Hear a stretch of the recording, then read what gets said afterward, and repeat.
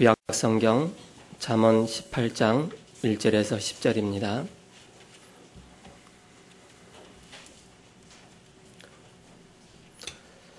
(1절에서 10절을) 한 절씩 교독하시겠습니다.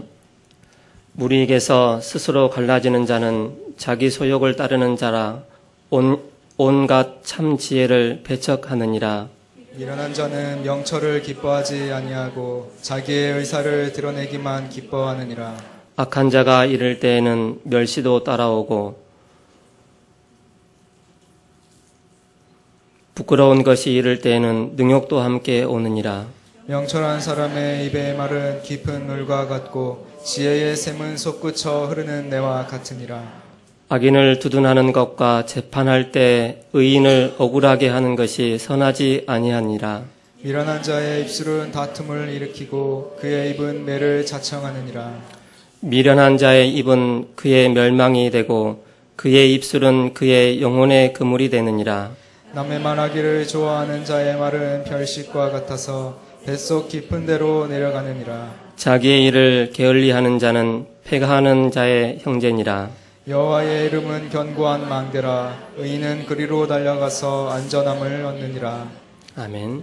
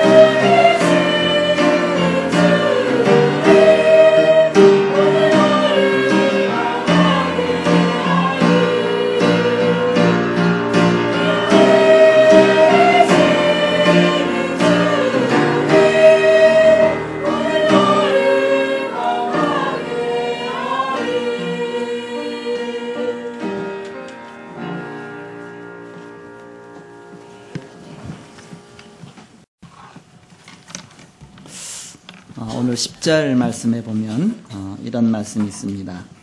여호와의 이름은 견고한 망대라. 의인은 그리로 달려가서 안전함을 얻느니라. 견고한 망대. 그 견고한 망대 속에 피해 있는 사람은 어떤 전쟁이 와도 해를 받지 아니하죠. 그래서 저는 이것을 어떻게 봤느냐. 망대와 같은 사람이 있다. 그것이 바로 제자다. 바로 절대적 제자의 비밀이란 제목으로 하나님 말씀을 함께 나누겠습니다. 지난주에는 모이는 교회와 흩어지는 교회의 비밀이란 그런 말씀을 주셨습니다. 모이는 교회의 비밀이 있다 그랬습니다. 보험 가진 자들이 모였죠. 그 보험 갖고 모든 걸 승리할 수 있는 그런 제자들이 모였습니다. 그래서 교회에서 이런 응답받고 은혜받고 각각 현장으로 흩어져서 현장을 살리는 제자가 됐습니다. 그래서 흩어지는 교회의 비밀. 우리가 직장으로, 가정으로, 현장으로 가서 그 현장 살리는 제자죠. 그래서 특별히 이번 주에는 수련회가 있었기 때문에 각 수련회를 통해서 흩어져서도 그곳에서 또 이런 비밀을 누리게 하셔서 감사했습니다. 그래서 잠언의 본문 말씀이 성취된 현장이 바로 초대교회 현장이었다. 그 부분을 저는 깨닫게 됐습니다. 서론적으로 목회자의 기쁨은 제자에게 있습니다. 바울은 그 제자들을 향해서 뭐라고 말했냐면 그리스도 앞에서 너희가 나의 면류관이다 그랬습니다. 나의 면류관이다. 한 명 한 명이 그렇게 나에게 귀하다 그랬습니다. 제자가 있다는 것은 행복한 것입니다. 그런데 예수님이 이 땅에 이런 제자를 남기고 가셨습니다. 자, 먼저 첫 번째로 사탄도 자기의 제자를 만들어냅니다. 아니, 사탄이 무슨 제자를 만들어내느냐? 제자를 만들어낸다. 어떤 제자 만들어내느냐? 우상숭배하는 제자를 만들어냅니다. 우상숭배하도록 철저하게. 그래서 자손 대대로 우상숭배하게 만듭니다. 그런 전략을 쓰죠. 그리고 술꾼 제자 만들어내고, 갖고 술 잔뜩 먹고서만 인사불성되고 그러면 그 자녀도 또 술꾼 되게 만들고, 또 그 후손도 또 술꾼 되게 만들고, 그런 제자. 도박하는 제자 만들어내고. 그래갖고 도박으로 망한 가문은 계속 도박으로 망해요. 여러 가지 타락의 제자를 만들어내고, 사단은 그런 제자를 만들어냅니다. 그 사단도 바로 그런 제자. 그래서 무당의 세계에도 학습무가 있고 세습무가 있습니다. 학습무는 사단이 특별하게 어떤 사람에게 은혜를 베풀어 갖고 거꾸로 은혜를 베푸는 거죠. 그래서 귀신 들리게 하고 그래갖고 자기 제자를 만들어 버립니다. 그래갖고 갑자기 막 신 받고 뭐 하고 해서 이제는 이거 신 내림 해갖고서 갑자기 무당이 되잖아요. 그러면 한번 무당이 되면 그걸 또 후계자를 또 찾습니다. 가족 중에 딸 중에 또 특별히 친척 중에 그 자기 마음에 맞는 사람, 말 잘 들을 사람을 또 제자로 삼지요. 또 세습무가 있습니다. 자손 대대로 무당 가문이 있어요. 이렇게 그런 쪽으로 철저하게 사단의 전략이죠. 그래서 결국 타락의 제자를 만들어냅니다. 이게 사단의 전략인데 하나님을 거역하고 이걸 나중에는 이제는 이게 문화가 되어지죠. 이렇게. 이번에 그 WRC 가서 숙소에서 운동하다가 이제 운동하다 보니까 자리에 이제 공원을 찾게 되잖아요. 보니까는 사적공원이라고 써 있어요. 사적공원. 그래서 쭉 올라가 봤죠. 그랬더니 거기 어떤 곳이냐면 그 일제가 쳐들어왔을 때에 옛날에 왜군이 쳐들어왔을 때 왜군하고 싸워갖고서 막 공을 세운 사람을 거기다가 이렇게 기른 그런 공원이더라고요. 그래서 거기다가 이제는 해마다 이제는 제사를 지내는 거예요. 그 옆에 보니까 또 당산나무가 있어요. 당산나무가 있어서 얼마나 큰지 막 아름드리가 어마어마해요. 이렇게. 그래갖고서 막 나무가 막 울퉁불퉁하고 막 신기해 이렇게. 그래서 거기서 해마다 막 굿하고 제사 지내고. 그 옆에 보니까 또 이제는 이 사적 공원 안에 이 사적 문화관이 있어요. 그래서 해마다 이제는 구청, 시청에서 갖고서 거기서 막 여러 가지 막 행사를 하는 겁니다. 그게 끊이지 않고 계속 자손 대대로 문화라는 그 명목 갖고서 이제는 전달이 되는 겁니다. 그래서 철저하게 그 이제 행사가 계속 이루어지죠. 그러니까 우상숭배하고 귀신 섬기는 그런 우상의 문화를 계속 퍼뜨려 나간다. 그러다 보니까 이 땅에 보이지 않는 자꾸 흑암의 문화가 덮치죠. 창세기 3장 문제, 창세기 6장 문제, 11장 문제가 계속 되는 겁니다. 이게 사단의 전략이다, 전략. 시골에 가면 금방 사람이 죽으면요, 금방 뭔가 이렇게 거기에 한 사람이 딱 나타나고서 이제 막 상의를 합니다. 그래서 우리 집안에 이제는 뭐 이렇게 이런 가족 묘가 있는데, 아니면 또 어디 산이 있는데, 선산이 있는데 여기다 묘를 써야 되는데 묘를 써도 되겠냐 안 되겠냐, 그럼 묘를 쓰면은 어디다 써야 되겠냐, 그럼 그래서 쓰게 되면 또 어느 방향으로 맞춰 갖고서 이제는 이 관을 이렇게 안치해야 되겠냐, 그런 걸 다 그러면 거기서 어떤 사람이 이제는 그 지관이라는 사람이 가서 이제는 다 가서 막 자리를 막 정하고 풍수지리라든지 여러 가지 갖고서 이제는 그러면서 막 땅을 팝니다. 땅 파고 할 때 정확하게 나침반 갖고 재가면서 이렇게 막 시체를 이렇게 어디들 머리로 두고 다리로 대고 그거 하는 제자가 한 명씩 있어요. 동네마다 다 있어요. 이렇게. 그 지관 통하지 않고는 제자 무덤을 쓰지 못합니다. 왜냐? 큰일 난다고 그래요. 잘못 쓰면 큰일 난다. 하다못해 그런 지관 제자까지도 생겨나고요. 곳곳마다 이 문화라는 것 때문에 사단이 그렇게 전략을 펴갖고서 철저하게 귀신 숭배하게 하고 우상 숭배하게 하고 정말 하나님 점점 멀리하게 만들고, 그러면서 사단의 그 전략은 결국 하나님 거역하는 제자를 만들어냅니다. 그러면서 사단은 결국 사단 제자는 자기도 망하고 남도 망하게 하는, 이게 철저하게 하는 거예요. 우리 이제 권사님 그 무당하시다가 이렇게 예수 믿게 됐는데, 그러니까 제자를 몇 명 남기셨는지 모르겠지만 마귀가 얼마나 이렇게 억울하겠어요. 왜? 제자를 뺏겼으니까. 그래갖고 무당집에 가보면 신제자라고 해갖고서 옆에 와갖고서 막 배우는 사람이 있어요. 막 굿하는데 옆에서 배우고 빛이 깡가리도 쳐주고 북도 쳐주고 하면서 나중에 그 사람이 또 무당이 돼요. 이렇게. 사단도 이 제자를 만들어냅니다. 어떤 제자냐? 창세기 3장에 이 타락의 제자를 만들어냅니다. 바로 하나님은 바로 이 땅에 그리스도를 보내셔서 이 사단의 권세를 꺾으시고 이 속에서 우리를 구원하시기 위해서, 마귀 종로 타는 가운데서 우리를 구원하시고 구원받게 하기 위해서 이 땅에 우리의 참 스승 되신 그리스도를 이 땅에 보내셨습니다. 그래서 그리스도는 우리의 스승이요 만왕의 왕이요 만주의 주요, 그래서 베드로가 고백하기를 주는 그리스도시요 살아계신 하나님의 아들이십니다. 이 고백하는 제자를 남기를 원하셨습니다.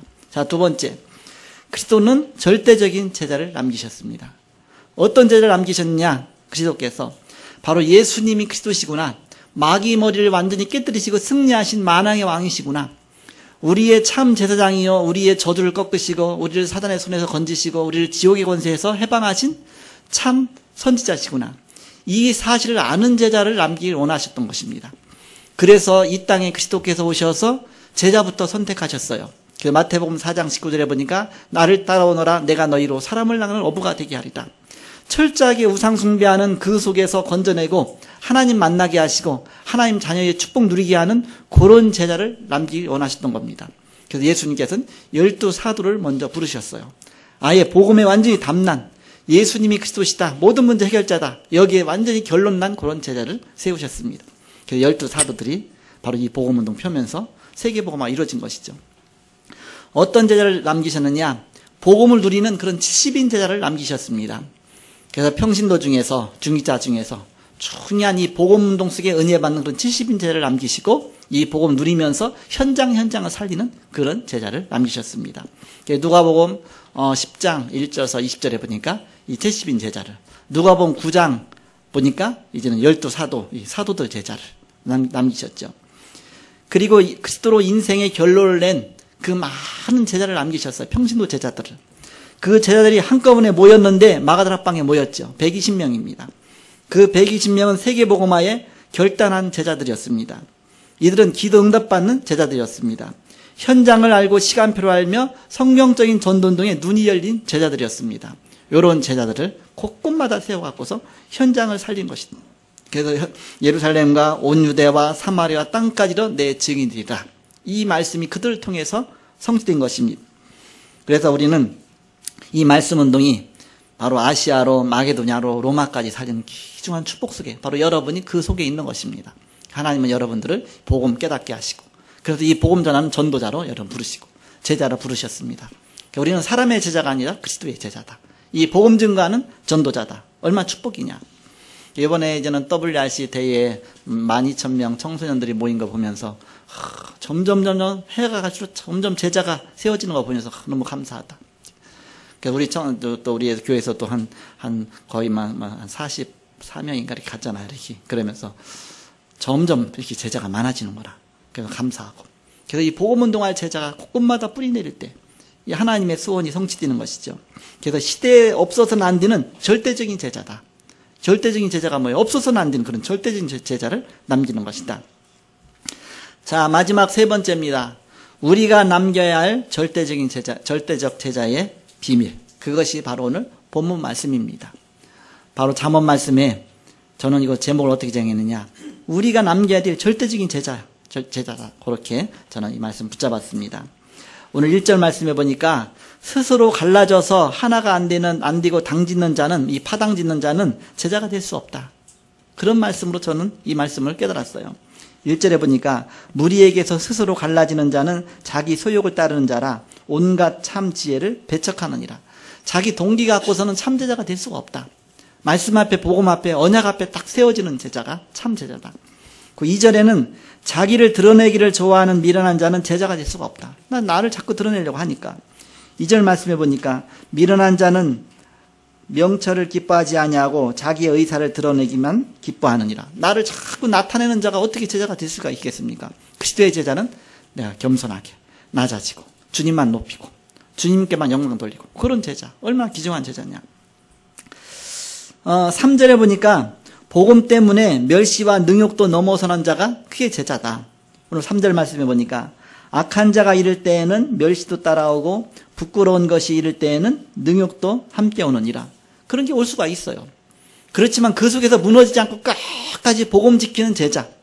지금 북한에 뭐 예수 믿는 사람이 보이지 않게 그래도 아직도 남아갖고서 복음 운동 펴고 있잖아요. 이렇게 많은 핍박이지만 끝까지 막 정말 죽음이 앞에 있지만 거기서 절대 굴하지 않냐고 복음 지키는 제자. 이 사람이 참된 제자죠. 진짜 제자죠. 초대교회 제자가 그런 제자였습니다. 그리고 4절에 보니까 절대적 제자는 그리스도를 아는 명철과 지혜가 있는 제자입니다.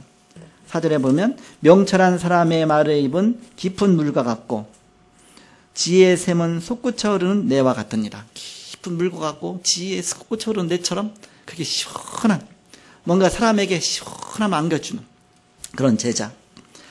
그리고 5절에 하나님의 공의를 무시하는 자는 제자가 될 수가 없습니다.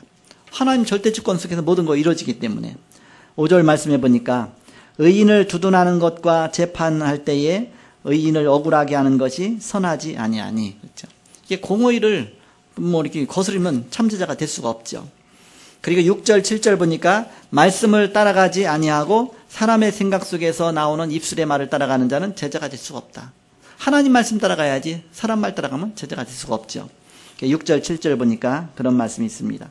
미련한 자의 입술은 다툼을 일으키고 그의 입은 매를 자청하느니라.